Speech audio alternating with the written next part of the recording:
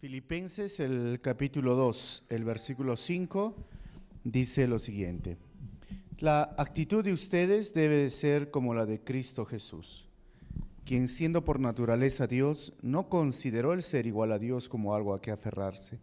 Por el contrario, se rebajó voluntariamente tomando la naturaleza de siervo y haciéndose semejante a los seres humanos. Y, al manifestarse como hombre, se humilló a sí mismo y se hizo obediente hasta la muerte y muerte de cruz. Vamos a orar. Señor, gracias por este día. Gracias por tu palabra. Muéstranos, enséñanos, Señor, a través de ella, que podamos ser influenciados, Señor, por lo que está escrito en tu palabra, que podamos aprender, que podamos someternos a lo que dice tu palabra, y no nosotros, Señor, influenciar lo que quiera decir de nuestras perspectivas encima de tu palabra. Seas tú corrigiendo más bien nuestras ideas y pensamientos. Que tu gracia esté con nosotros, Señor, en este estudio. Y usa mi vida para compartir de tu palabra también, Señor, en este sermón. Te pido esto en tu nombre, Jesús. Amén. Estamos estudiando Filipenses por estas semanas de esta serie que se llama Las Cartas de la Prisión. ¿Y por qué decimos las cartas de la prisión? Porque Pablo en este momento está, por 2 años, va a estar en una prisión y en la cual era como un arresto domiciliario. Timoteo y muchos otros, Tíquico, Lucas, podían visitarlo, pero hay un problema en esta iglesia.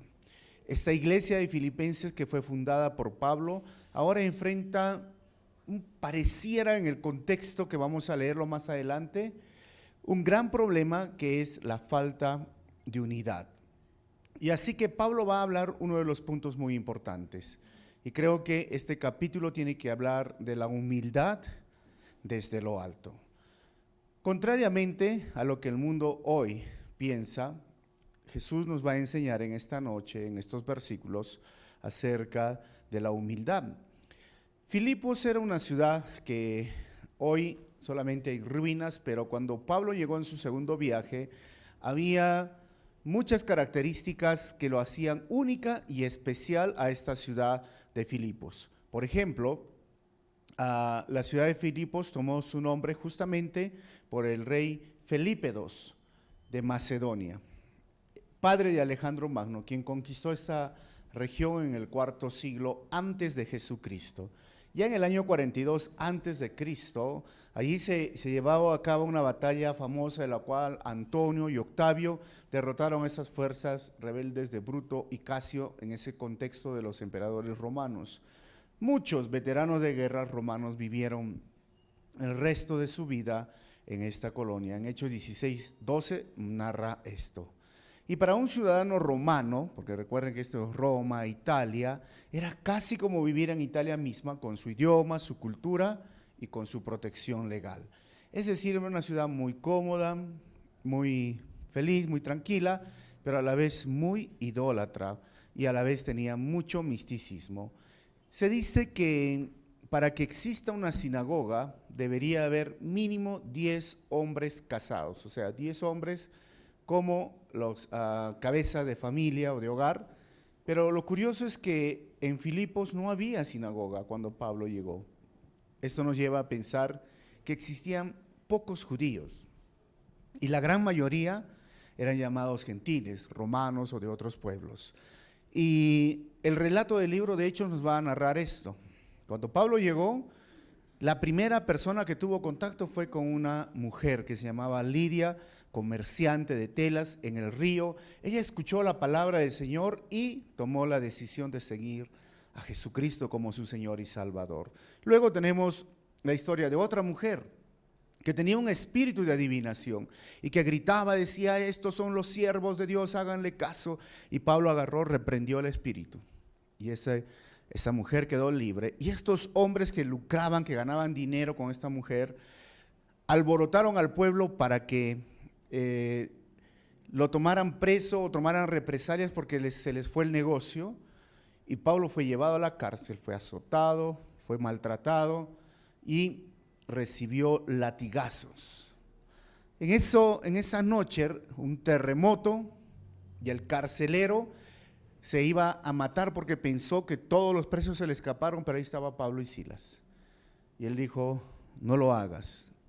El famoso versículo, cree en el Señor Jesucristo y serás salvo tú y tu casa. Todo esto sucedió en Filipos con personas que no eran judías. Y así comenzó la iglesia, y ahí es donde Pablo ahora, después de muchos años, escribe a esta iglesia que estaba perdiendo algunas características acerca de quién es Jesucristo. Yo creo que es relevante hoy este capítulo, porque muchas veces nosotros tampoco tenemos esa característica que nuestro Señor lo tuvo.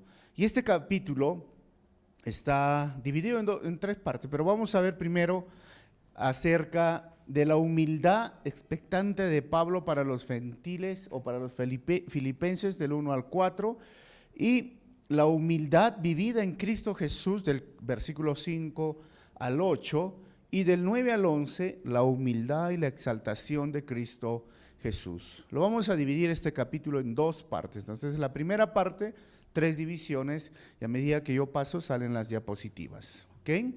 Entonces vamos a ver la humildad requerida de Pablo a los filipenses. Dice el texto, por tanto, si sienten algún estímulo en su unión con Cristo, algún consuelo en su amor, algún compañerismo en el espíritu, algún afecto entrañable.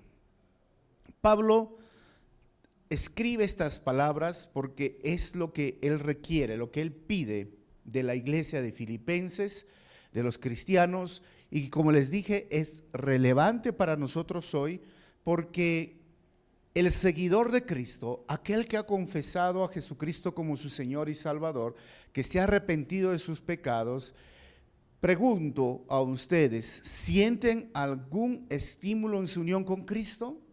Pues yo lo siento, porque desde que conocí al Señor, mi vida es diferente.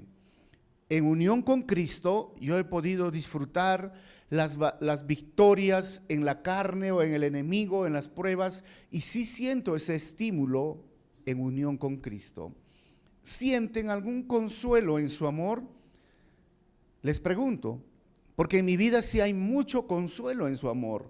Era como muchas de las personas que pensaban que nadie podía amarlo, pensaba que el amor era algo que simplemente se escribía en una canción y que no podía nosotros o no podía recibir y entender que alguien me amaba.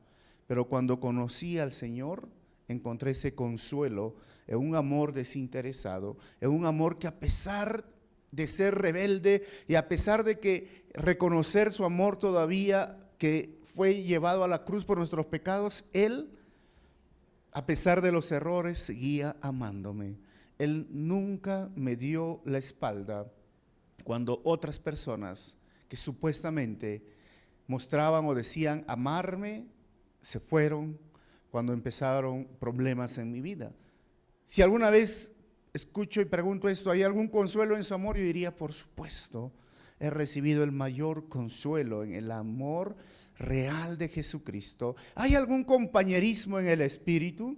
Y esta palabra compañerismo, Pablo usa la palabra koinonía, que nos gusta tener aquí en la iglesia también, que es un tiempo especial donde podemos disfrutar con los hermanos, con unas relaciones interpersonales buenas. ¿Hay algún compañerismo ahora en el espíritu? ¿Tú realmente tienes esa amistad, ese compañerismo, ese conversar con el Señor en el momento en el cual ese paracletos va a funcionar, va a estar a tu lado?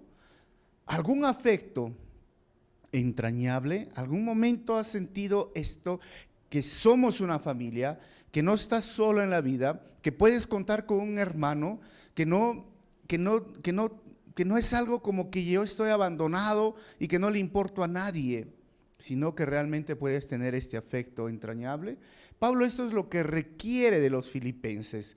Si ustedes sienten algún estímulo, si sienten algún consuelo, si hay algún compañerismo, si hay algo entrañable, el versículo 2 entonces dice, la humildad específica ahora y práctica esperada de Pablo a los filipenses. El versículo 2 dice, entonces, llénenme de alegría, teniendo un mismo parecer, un mismo amor, unidos en alma y pensamiento. Pablo dice, si tú has experimentado el amor, el compañerismo, el Espíritu Santo, te sientes amado, realmente sientes este afecto, deberías aprender a hacer algo, aprender a vivir en unidad. Pablo dice, no, me harían el hombre más feliz si ustedes tienen el mismo parecer, si tienen el mismo amor, si están unidos en alma y pensamiento. Esto es lo que desea Pablo de la iglesia en Filipenses, y esto debería ser un deseo de cada uno de nosotros como iglesia, hermanos. Nosotros debemos de aprender a vivir en unidad. Solamente cuando tengamos la unidad en la iglesia, en un solo pensamiento, como está diciendo Pablo, en un mismo amor, unidos en alma y pensamiento, nosotros podemos hacer muchas cosas. Pero hay enemigos de la unidad. Uno de ellos es el chisme, y tenemos que quitar este enemigo de la unidad en la iglesia. Otro enemigo es esto, el no querer relacionarnos con personas. Pablo dice, debería haber este compañerismo. Hay personas individualistas, hay personas que le huyen a estar con los hermanos y no desean participar en nada. Otro de los enemigos es personas que no saben trabajar en equipo. Quieren ser siempre las estrellas, ¿no? Y si no se les considera, están en problemas, pero la iglesia es un equipo, somos un cuerpo de Cristo. Y basado en esto, lo que estamos viendo, sí podemos tener ese mismo amor, sí podemos tener ese mismo parecer, en el sentido, tenemos metas en común, unidos en alma, en pensamiento, en aquellas metas que la iglesia, que cada iglesia debe de tener, y nosotros debemos de cuidarnos unos a otros y fomentar el amor y fomentar ese compañerismo y la unidad. Pablo dice entonces, alégrenme. Y versículo 3 dice, no hagan nada por egoísmo o vanidad. Más bien con humildad consideren a los demás como superiores a ustedes mismos. Pablo es consciente de lo que estaban viviendo. Dice, no hagan nada por egoísmo o vanidad. Es cierto, parecía una iglesia que sí hacía, que sí trabajaba, pero a veces lo hacían por motivos incorrectos. Y hoy hay personas también que desean participar, que desean hacer algo en la iglesia, pero son con los motivos incorrectos. ¿Cuál sería un motivo incorrecto basado en el egoísmo? Es que tú simplemente estás viendo aquello que te favorece y tú siempre estás pensando que tú deberías ser la persona que resalte o la estrella en esta situación. Es egoísmo el pensar que la iglesia, que todos los demás hermanos existen para ti. Es curioso, siempre hay cristianos que piensan que la iglesia existe para ellos, porque si no los saludan, porque si no hacen algo, que todo el mundo está a su servicio. Pablo dice, no hagan nada por egoísmo, no hagas nada pensando en ti. ¿Y cómo deberíamos hacerlo, Pablo? Pensando en los demás. Y el otro motivo incorrecto es la vanidad, en la cual la vanidad es aquella persona que busca un lugar en especial. Está buscando simplemente ser elogiado, ser el que esté adelante, el que esté figurando, el que resalta, el que simplemente quiere que los demás lo estén observando. Tampoco es el motivo correcto. ¿Cuál debería ser? Pensar en el otro, no en mí. Estos egoísmo y vanidad son simplemente pensamientos o sentimientos que están en nosotros de querer exaltar a uno mismo. Pablo dice, más bien, con humildad, consideren a los demás como superiores a ustedes mismos. Ya que viene uno de los puntos muy importantes, la humildad. ¿Qué será la humildad? Hoy hay conceptos errados porque piensan que humildad significa una persona que vive pues en un lugar tan alejado, donde no hay agua, donde no hay luz, y está siempre sucio y siempre tiene una ropa hasta ya llena de huecos. No puedo decir huecos porque ahora la ropa con huecos cuesta más, ¿no? Entonces, una ropa que ya tú dices, no quiero ni ponerme, sucia y todo. Y dicen, esa persona es humilde, esa señora es humilde. Yo digo, esto no tiene nada que ver con la humildad. Esa persona puede tener necesidad económica, porque he encontrado personas con necesidad económica, pero recontra orgullosos. No son nada humildes. Y la humildad no tiene nada que ver con esto. Y les voy a explicar más adelante de qué se trata la humildad. Pero Pablo pone humildad versus egoísmo y la vanidad. Quita el egoísmo de tu vida, quita la vanidad de tu vida y aprende a pensar en los demás, aprende a vivir en humildad. Como les he dicho, Pablo observó estas características en la iglesia de Filipenses y no se equivoca, porque hasta el día de hoy las iglesias también sufren. Sus miembros de la iglesia hacen las cosas muchas veces por egoísmo y muchas veces por vanidad. Y no debe de existir. ¿Cuál debe ser la razón? La humildad. ¿Pero qué es la humildad? Pues ser humilde, hermanos, significa tener una clara perspectiva de nosotros mismos. Hoy se habla a veces, ¿no?, de el autoestima, el alto estima, el bajo estima, ¿no? O sea, ¿cómo está tu estima? Bueno, la humildad simplemente significa tener una clara perspectiva de nosotros mismos. ¿Quién eres tú? A ver, dile a la persona de tu lado, ¿quién eres? Dale recordar, ¿quién eres? Tú dirás, pero yo soy Carlitos, no sé, yo soy Juanita. No, pero ¿quién eres en verdad? Porque es un asunto de identidad, un asunto de entender quién realmente eres. Y no se trata de esta identidad secundaria, ¿no?, sino la identidad primaria. La identidad secundaria es decir, es que soy Juanito, nacido en tal, no, eso no. Primeramente, ¿quién eres? Es tener una clara perspectiva de nosotros mismos. Pero si miramos en el fondo, no somos más, tampoco somos menos que las demás personas, porque todos somos iguales. Pero al final, solo somos pecadores regenerados por la gracia del Señor. Eso es lo que somos al final. Todos, rico, pobre, hombre, mujer, alto, bajo, no sé, no, delgado, relleno, todos somos pecadores regenerados por la gracia del Señor.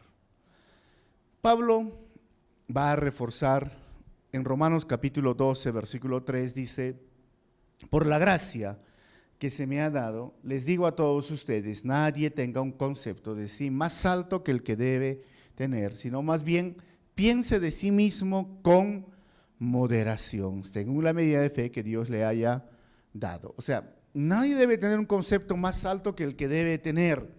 Piense en sí con moderación. Eso es lo que el Señor vino a darnos, igualdad. Y el contexto en el cual se movía Filipenses, como les dije, ya tenemos una muchacha que era usada como quizás mercancía por estos hombres, porque tenía este espíritu de adivinación. Ya tenemos una mujer que era muy adinerada, ya tenemos un soldado. Estos, diríamos, niveles sociales probablemente estaban causando problemas, porque a veces venimos a la iglesia y empezamos a mirar así, ¿no? A ver cómo te vistes, qué marca es tus zapatos, ¿no? ¿En qué lugar te haces cortar el cabello, ¿no? De 3 soles, de 5, de 15, de 20, ¿no? ¿Qué perfume usas? Un montón de cosas que a veces son vanas. Y Pablo dice, no debe haber esto, porque al final somos iguales delante del Señor y nadie debe tener un concepto más alto del que debe de tener, y esto es humildad. Ahora, vamos a seguir viendo de qué se trata esto. Versículo 4. Cada uno debe velar no solo por sus propios intereses, sino también por los intereses de los demás. Pablo pone de forma práctica cómo deberíamos nosotros vivir de forma humilde. ¿Sabes? No solamente busques lo tuyo, no veles por tus propios intereses, ve por los intereses de los demás. Haciendo esto, tú vas a vivir en humildad. O sea, que no te importe primeramente tu comodidad o cómo estés tú, sino piensa en los demás. Esto es contrario a la naturaleza humana, porque normalmente pensamos en mí, en el yo, cómo estoy, pero no estoy pensando en el otro. Ahora, Pablo nos va a enseñar algunas cositas que son muy importantes referente a la humildad. Consejos prácticos para la humildad de Pablo basado en estos versículos. Vamos a analizar. Primero, ¿cómo podemos vivir en humildad? Pues teniendo el mismo amor y parecer. Teniendo esto, vamos a ser humildes. Segundo, unidos en alma y pensamiento. ¿Esto qué significa? Que no se trata que mi idea es lo mejor y que si no hacen como yo quiero, todos están mal y yo estoy enojado. No, unidos. Y la unidad significa que trabajamos en equipo, unidos en alma y pensamiento. Tercero, considerando a los demás como más importantes, superiores que uno mismo. Ojo, yo no estoy diciendo que eres más, sino los considero. ¿Se imaginan cómo sería el mundo cambiaría si yo miro, dijo, wow, eres alguien, te considero alguien más importante y te voy a servir? No estoy esperando ser servido, en ese sentido está hablando Pablo. Y 4, debes de velar por los intereses de los demás. Estas son cosas prácticas que nos hacen vivir en humildad. Como les digo, no es un concepto simplemente decir, oye, que no tiene plata o que vive en lo último de la ciudad de Arequipa. No, hermanos, es teniendo el mismo amor. Es que yo viva en este compañerismo. Tengo el mismo parecer, sabes que estamos enfocados en una meta, estamos unidos en alma y pensamiento. ¿Por qué? Porque queremos lograr lo mismo. ¿Y qué es? Que las personas que están a nuestro alrededor o por Arequipa, alrededor del mundo, conozcan al Señor, considerando a los demás como más importantes, es decir, estoy aquí para servirte y quiero velar por tus intereses. Esto es una forma práctica de humildad. Y si hay alguien que espera que le sirvan, si hay aquí alguien que espera que todos reconozcan que sus ideas son mejores, si está aquí alguien que piensa que es superior a los demás, te falta humildad, sencillamente, porque esto es la humildad en forma práctica. Entonces, hay que cuidarnos de la religión individualista, ¿no? Porque yo digo que hay personas por ahí que arman su propia iglesia, ¿no? Ninguna iglesia es correcta, ningún predicador, ningún lugar es bueno. Entonces, ¿qué son ellos? Religiosos individualistas. Y el cristianismo es una experiencia familiar. Somos una familia, somos un lugar en el cual el Señor, la iglesia, el amor, el compañerismo, la unidad debe de reinar y nosotros somos parte de esta familia. Entonces, estas son las formas prácticas de Pablo acerca de la humildad. Versículo 5, en adelante al 7, vamos a ver la humildad vivida en Cristo Jesús. Ahora, Pablo dice, esto es lo que yo deseo, esto es lo que yo veo y deben de tratar de esta forma, y va a poner un ejemplo supremo. El versículo 5 dice, la actitud de ustedes debe ser como la de Cristo Jesús. Ojo, la actitud, para Dios es importante no solo lo que hacemos, sino cómo lo hacemos y por qué lo hacemos. Y dice Pablo, esta debe ser su actitud. ¿Y cuál es la actitud, Pablo? El versículo 6 nos va a decir, ¿quién? Siendo por naturaleza Dios, no consideró el ser igual a Dios como algo a que aferrarse. Esa es la humildad. Jesús es el ejemplo de la humildad. Él siendo por naturaleza Dios, no consideró el ser igual a Dios como algo a que aferrarse. ¿Y de qué estás hablando, Pablo, aquí? Miren, estos versículos en la gran mayoría de comentaristas o en toda la iglesia se ha discutido si realmente Pablo escribió esto o copió o agarró un himno de la iglesia primitiva de sus comienzos y que Pablo lo va desarrollando. La gran mayoría dice es un himno, es una canción, es un verso que se cantaba porque le falta algunas características que Pablo mostraba. ¿Y cuál era? La resurrección. Pablo siempre unía la vida, la muerte y la resurrección, pero en estos versículos no muestra la resurrección. Por eso, hoy vamos a ver de qué se trata estas líneas. Si tú tienes en tu Biblia, va a estar en modo de un verso, de una canción. Pero Pablo dice que él era por naturaleza Dios y no consideró el ser igual a Dios como algo a que aferrarse. Hay algo muy importante que está resaltando aquí Pablo. ¿Saben qué es, hermanos? Su preexistencia. Jesús siempre existió. Jesús siempre fue Dios. Jesús no es que llegó aquí a la tierra y fue obediente y luego logró ser Dios. No, Jesús siempre fue Dios, sino que no consideró, no se aferró, porque ahora tenía un propósito diferente. ¿Y cuál era? Versículo 7. Por el contrario, él se rebajó voluntariamente, tomando la naturaleza de siervo y haciéndose semejante a los seres humanos. Pablo está diciendo escribiendo, dando una verdad irrefutable y que esto se conoce como la cristología, el estudio de Cristo. ¿Quién es Cristo? Pues Jesús es Dios, es eterno y siempre existió, primero. Segundo, está hablando de la encarnación. Se rebajó voluntariamente tomando naturaleza de siervo y haciéndose semejante a los hombres. Es la kenosis de Dios, se le conoce como él agarró y no es que quitó su esencia.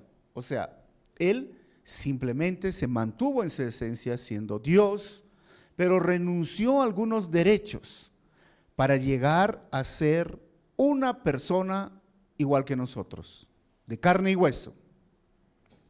Tomó esa forma, pero no solo tomó esa forma, él se hizo siervo. Y en el contexto siervos, hermanos, decía una persona que no tenía derechos, una persona realmente lo más bajo de la sociedad. Pero eso era su encarnación. En muchos lugares y en toda la historia de la iglesia se ha discutido mucho sobre este tema. Por ejemplo, los filósofos gnósticos decían que Jesús no vino en carne, Jesús era un espíritu y se movía como un espíritu. Falso. Al final de todo el resultado, entendemos que Jesús fue 100% Dios y fue 100% hombre. Y renunció en estos momentos de su encarnación a muchos derechos que él tenía y privilegios, porque él seguía siendo Dios. Para entender un poco la encarnación, yo he visto historias, no sé si tú alguna vez las has visto por la televisión. A veces hay un príncipe, una princesa, o a veces hay un rey que quiere ir al pueblo, no sé si ustedes han visto, ¿no? Quiere saber cómo está el pueblo, o un príncipe, una princesa está siempre en el castillo, ¿y qué hace? Se sale, se pone la ropa de un plebeyo, no sé, pues, ¿no? De un campesino, y luego va al pueblo y empieza a interactuar con las personas, a comer, ve el mercado, se queda sorprendido, hasta puede llegar a trabajar por pasar así desapercibido. Y la pregunta es esta, ¿no? Yo no voy a decir qué película o qué serie, pero yo sé que han visto muchas historias de estas. Esa persona, ¿dejó de ser rey? ¿Dejó de ser príncipe? ¿Dejó de ser princesa? No, era su esencia porque no la va a cambiar, eso es. Pero al estar en esa condición renunció a algunos derechos que él o a ella le correspondían. Es el mismo estado y la situación con la encarnación de Jesucristo. Él, dice el texto en el versículo 7, se rebajó voluntariamente, tomando naturaleza de siervo y haciéndose semejante a los seres humanos. Y él, en esta encarnación voluntariamente, ahora tiene este cuerpo. Miren, por eso es su humillación, porque él es el creador de todo el universo, él es el creador de las cosas invisibles o visibles, pero él al asumir un cuerpo, ahora tiene ese cuerpo que hasta el día que nosotros vamos a morir y vamos a verlo, va a estar con ese cuerpo, porque es un cuerpo glorificado, un cuerpo resucitado. Pero el Padre, el Espíritu Santo no lo tienen. Pero Él lo hizo. Y eso es la humillación que Él tuvo que vivir. O sea, Jesús vino a vivir una vida que ninguno de nosotros podía vivir en su encarnación. ¿Y qué significa esto? La humillación de Jesús, por eso estamos hablando, decidió vivir de esta forma humilde. Nadie de nosotros, creo, ha nacido en un establo. Nadie de nosotros, su primera cama fue un plato de comidas, un plato de comida de animales, porque esto era el pesebre, era un tipo de roca donde echaban la comida a los animales y ahí tuvieron que ponerlo al Señor. Nadie vivió o nació, diríamos, aún siendo súbdito, porque esto era lo que vivía, el imperio romano era el que gobernaba y los demás eran sus súbditos. Él, siendo Dios, pues tenía que pasar todas las enfermedades que nosotros y muchos hemos pasado de niños. Él tenía que dormir, él tenía que comer para sentirse fuerte, él tenía que cuidarse. ¿Se imaginan al creador del cielo y de la tierra? Pero él, a pesar de todo esto, tenía que obedecer la ley. Ningún hombre, desde el momento del pacto que se hizo, encontramos en el Antiguo Testamento, hasta el tiempo de Jesús, ninguno de los hombres, ni los patriarcas, ni los hombres que estudiamos en la Biblia, cumplió la ley como debería de ser. Él, miramos en la Biblia, fue circuncidado, él cumplió toda la ley, y él mismo dijo, yo he venido a cumplir la ley. Yo no he venido a abolirla, y la quiero cumplir al pie de la letra. Ningún hombre podía hacerlo, por eso digo, él vino a vivir una vida que ninguno de nosotros podía vivir. Y es más, tenía que no solamente tener este tipo de vida, sino servir a sus discípulos. El maestro sirviendo, el maestro lavando los pies, el maestro siempre orando, siempre ayudando. Esto es la diferencia de hoy de muchos otros líderes. La encarnación de Jesús para nosotros debe darnos paz, tranquilidad y alegría, porque Él sabe que nosotros también pasamos situaciones difíciles. Él en su carne, en su cuerpo, venció también las tentaciones que nosotros vivimos. Por eso el escritor de Hebreos dice, no nos acercamos a alguien que no se compadece de nosotros. No es alguien como agarrar y diríamos una persona, oye, tengo este problema. Y tú dices, no hay problema porque eso yo nunca lo tuve, pero igual, adelante. No, Jesús vivió cada momento que nosotros hemos pasado y hemos vivido, y el escritor de Hebreos dice, debemos acercarnos confiadamente al Señor, porque Él se compadece de nosotros, porque Él fue tentado igual que nosotros, pero Él no se dio al pecado y Él nos entiende las cosas que estamos viviendo. Versículo 8, vamos a ver la humildad de Cristo Jesús en forma práctica en la cruz. Y al manifestarse como hombre, ya sabemos esto, su encarnación, ahora dice, se humilló a sí mismo. ¿Y cuál fue el otro punto? Se hizo obediente hasta la muerte y la muerte de cruz. Eso es humildad. ¿Qué? Ser obediente, pues, hermanos. Porque hay personas que piensan, yo soy humilde, pero no son obedientes. Entonces, si no eres obediente es porque no eres humilde. El Señor Jesús nos enseñó esto. Las personas obedientes es porque viven en humildad. Pero no estamos hablando de una obediencia a cualquier cosa, sino a su Dios, al Señor, a los mandamientos de Dios. Y aún respetando las jerarquías a veces que Dios ha instituido, tanto en la iglesia como en el hogar. La obediencia. Y Él fue obediente. Y fue obediente hasta la muerte en la cruz, hermanos. Esto es algo muy importante. Pablo pone la muerte vicaria o la muerte sustitutoria que se conoce del Señor. Se ha tratado de negar esta doctrina, porque como les digo, estos son unos versículos llenos de cristología. La muerte vicaria significa que Él murió en nuestro lugar y por esto fue obediente. Él vino a morir una muerte que ningún ser humano podía sufrir, hermanos. El dolor era tan fuerte que se inventó una palabra, excruciante. Y la vergüenza, la humillación, la Biblia decía que era maldito el que es colgado en un madero. Solo los delincuentes, solo la peor gente, la peor clase, la peor calaña, si lo podemos llamar, era crucificado. Y Él, siendo inocente, fue a parar a este lugar. Él sufrió la traición, Él sufrió el abandono de personas que dijeron, vamos a ir contigo hasta la muerte, Jesús. Pero en el primer momento huyeron. Estuvo solo en los momentos más difíciles.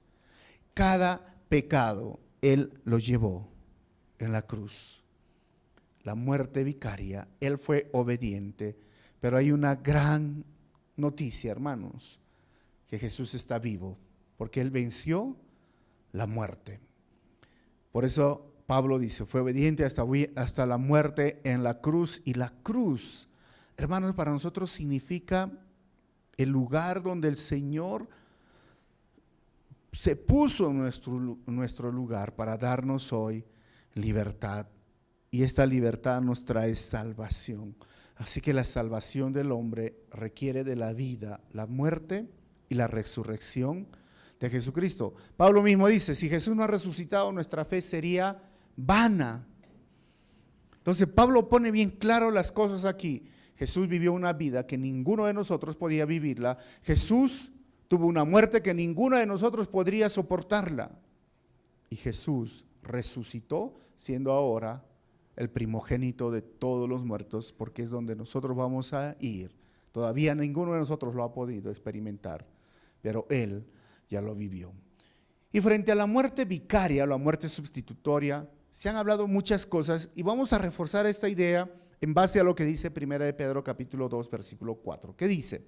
Él mismo en su cuerpo llevó al madero nuestros pecados. ¿Qué llevó al madero, hermanos? Nuestros pecados en la cruz, para que muramos al pecado y vivamos ¿para qué? Para la justicia. Por sus heridas ustedes han sido sanados. Y la palabra sanados en el griego es sozo, también salvados. El pecado es una enfermedad y en la cruz el Señor nos salvó, nos sanó de esa enfermedad. Ahora, en Romanos capítulo 5 versículo 8, 10 dice Pablo, pero Dios demuestra su amor por nosotros en esto, en que cuando todavía éramos pecadores, Cristo murió por nosotros. Y ahora que hemos sido justificados por su sangre, con cuánta más razón por medio de Él seremos salvados del castigo de Dios. Porque sí, cuando éramos enemigos de Dios, hermanos, fuimos reconciliados con Él mediante la muerte de su Hijo. Con cuánta más razón, habiendo sido reconciliados, seremos salvados por su vida. Pablo pone bien en claro que la cruz no es simplemente un hecho aislado, la cruz es todo para la vida del cristiano, porque fue donde murió nuestro Señor por nosotros, fue donde nuestros pecados fueron llevados y por ese castigo que Él suplió, la ira de Dios encendida sobre la humanidad, para que la ira de Dios no nos caiga a nosotros, y Él suplió perfectamente la justicia de Dios. Hoy somos reconciliados. ¿Eso qué significa? Que hemos sido ahora restituidos. Antes era enemigo de Dios, ahora soy hijo de Dios. Antes no podía dirigirme al Padre Celestial y Él me escuchaba, pero ahora sí lo puedo hacer por derecho. El otro versículo que dice 2 de Corintios 5, 21 es que al que no cometió pecado alguno, por nosotros Dios lo trató como pecador, para que en Él recibiéramos la justicia de Dios. Jesús, siendo inocente, fue a pagar un castigo, una muerte tan cruel que no merecía. ¿Y sabes por qué lo hizo? Porque te ama, hermano. Porque me ama, porque nos ama a todos. Dios lo trató como pecador. Deberíamos nosotros sufrir ese castigo, pero no lo vamos a sufrir porque ahora nosotros hemos sido reconciliados. ¿Y qué hemos hecho para merecer esto? ¿Algo práctico? Nada, solo creer. Y eso es el regalo de la salvación, la gracia. Por eso Pablo y el escritor de Hebreos también dicen, ¿no? Si ya ustedes rechazan esto, pues ya no hay más remedio que simplemente la condenación eterna. Isaías 53, 5 al 6 dice, Él fue molido por nuestras rebeliones, Él fue llevado al matadero. O sea, habla del siervo sufriente y que podemos hablar mucho de lo que hizo Jesús. Pero por el tiempo, esta etapa de la cristología lo dejamos ahí. Ya hemos visto claramente lo que Pablo está diciendo, porque tiene más para decir. Ahora, la última parte, la humildad y la exaltación de Cristo Jesús. La humildad de Jesús resulta en la exaltación. Versículo 9, por eso Dios lo exaltó hasta lo sumo y le otorgó el nombre que está sobre todo nombre. ¿Esto qué significa? ¿Qué estás diciendo, Pablo? Es el señorío universal. O sea, no hay otro nombre más alto, más supremo que el nombre de Jesucristo, el Señor de señores. Versículo 10 y 11, y ahí termino, la humildad de Cristo Jesús y sus resultados. 10, para que ante el nombre de Jesús se doble toda rodilla en el cielo y en la tierra y debajo de la tierra. Bajo este nombre, este señorío universal, lo que va a suceder es que toda rodilla se va a doblar. ¿Y qué hay en el cielo? Pues los ángeles, las huestes celestiales, ¿ellos se van a doblar las rodillas? Sí. ¿Y en la tierra qué hay? Los seres humanos. ¿Y van a doblar rodillas? Todos. Sí. ¿Y debajo de la tierra qué será? Si pensamos que ahí está el Seol, algunos, ¿no? Ahí están todos los impíos, aquellos que no han reconocido a Jesucristo como su Señor y Salvador, también van a doblar sus rodillas. Había siempre una lucha en la doctrina, por ejemplo, la doctrina que se conoce como ortodoxa y los docetistas, que decían que cuando Jesús logró esta muerte y la resurrección y el triunfo, Dios le dio un mérito, le dio este nombre, Él ganó. Y era la lucha porque otros decían, no, pero si Jesús ya es Dios, Él no dejó de ser Dios. Algunos pensaban, perdió, llegó a ser hombre, pero luego volvió a asumir un nombre, un señorío universal. Pues la verdad es que si miramos en la Biblia, está afirmando estas dos verdades. Jesús nunca dejó de ser Dios. Al contrario, fue exaltado en estas circunstancias después de todo lo que vivió. ¿Recuerdan esta historia del rey, el príncipe o la princesa? ¿Recuerdan? ¿Qué pasa? Se escapa del castillo, vive como uno del pueblo, pero cuando lo encuentran, dicen, oye, ven para acá, ponte tus ropas reales, ¿por qué te has ido a ese lugar? Pues decir, bueno, yo quería ver, experimentar cómo es el pueblo. Pues es lo mismo con el Señor. Se puso esta ropa humana, se puso esta ropa de carne, y una vez que terminó la labor de redimirnos, de volvernos a comprar, de suplir en la muerte vicaria ahora la justicia de Dios, el Señor simplemente le da lo que le corresponde porque Él nunca lo perdió. ¿Y esto qué significa? Una confesión universal, donde toda rodilla, ya sea en este día que se llama el tribunal, como lo estoy mostrando acá, el tribunal de Cristo, donde todos compareceremos ante el Señor y toda rodilla se va a doblar, o será el día, como ven acá, del gran trono blanco o del juicio final, donde cada persona tendrá que decir, quizás defenderse, pero en mi opinión tendrá que pedir piedad y misericordia del Señor, porque ya se abrirán los libros y llegará el momento que todos van a ser sentenciados para la condenación eterna. Igual vas a tener que doblar tus rodillas. Entonces, ¿qué preferimos nosotros? ¿Doblar nuestras rodillas ante nuestro Señor o doblar las rodillas ante el juez que simplemente va a dictar sentencia en contra nuestra? nosotros vamos a doblar rodillas como nuestro Señor y Salvador. 11 y terminamos. Y dice, y toda lengua, en todo el mundo, confiese que Jesucristo, ¿quién es? El Señor, para gloria de Dios Padre. O sea, al final todos van a confesar, sí, Señor, yo sabía, pero ya no hay tiempo. O simplemente para darle este título supremo que dice Pablo, que será el de Señor de señores. Toda lengua va a confesar que Jesucristo es el Señor. Conclusiones finales. Primero, hemos visto, la humildad es necesaria en la vida del seguidor de Cristo, porque Cristo enseñó que es ser humilde. Ojo, hermanos, si tú eres seguidor de Cristo, tienes que ser humilde. No hay otra forma.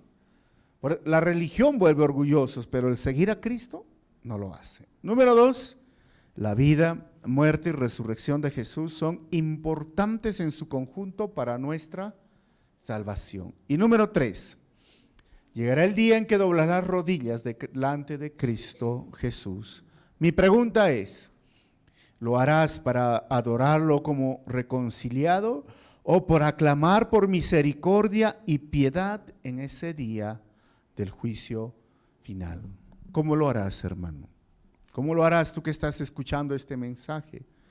Como alguien reconciliado, perdonado, y estabas diciendo, este es el día que yo esperaba, me arrodillo para adorarte y darte la gloria, y el Señor nos abrirá los brazos y dirá, entra al gozo de tu Señor.